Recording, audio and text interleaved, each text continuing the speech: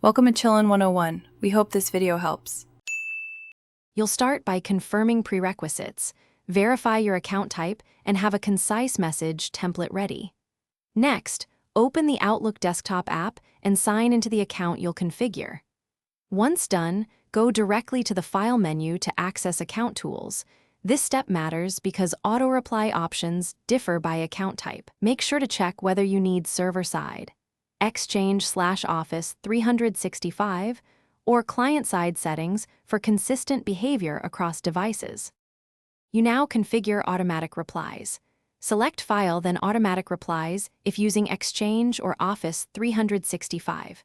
Choose Send Automatic Replies and set start and end times so messages stop automatically. This prevents open-ended responses. Compose distinct internal and external messages so coworkers and outside contacts get appropriate content. Then click Rules to add actions like moving or forwarding incoming mail. These controls let you manage flow while you're away and avoid. Finish by saving your automatic replies and immediately testing from both an internal and external address to confirm correct messages and timing. If replies don't send, make sure server-side settings in Outlook Web Access are enabled for Exchange accounts, and verify you're online and not in cached mode.